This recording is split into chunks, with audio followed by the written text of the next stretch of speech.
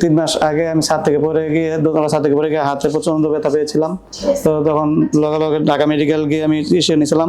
তো নেওয়ার পরে আমার হাতের এমন একটা অবস্থা হয়েছিল যে হাত কেটে ফালাই দেওয়ার মতন ব্যবস্থা হয়েছিল। আমি মোহাম্মদ শরীফ হোসেন। আমি ছাদ থেকে পড়ে যাওয়ার পরে আমার হাতটা অনেকখানি কেটে যায়, একেবারে কেটে যায় বলতে একেবারে প্রায় হাড্ডি সহকার পড়ে যাওয়ার ব্যবস্থা হয়ে গেছিল।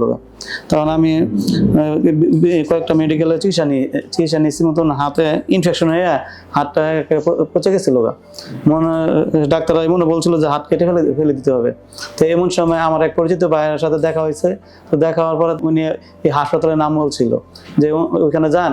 আমার আবার ডায়াবেটিস যে ছিল এটা আমি আবার জানতাম না। তো এখানে আসার পর পরীক্ষা করার পরে হঠাৎ করে ডায়াবেটিস ধরা পড়ে। ডায়াবেটিসের কারণে আমার হাতে ইনফেকশনটা ছড়ায় পড়ে। তো এই কারণে আমি প্রায় 1-1.5 মাস এই ভোগান্তি ছিলাম, প্রচুর যন্ত্রণা করতো। তো এমন সময় আমার এক ভাইয়ের সাথে দেখা হয়। তো দেখা হওয়ার পরে কইছে যে অমুক হাসপাতাল আছে, ওইখানে এই ডায়াবেটিসে খুব ভালো চিকিৎসা হয়, আর হাত কাটা পা কাটা চিকিৎসা হয়, তো ওখানে গেলে হয়তো সুস্থ হয়ে যাবি।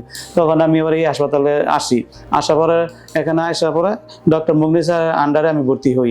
তখন ভর্তি হওয়ার পরে তার মাধ্যমে 3 মাস চিকিৎসা করার পরে এখন আমি আল্লাহর রহমতে সম্পূর্ণ সুস্থ।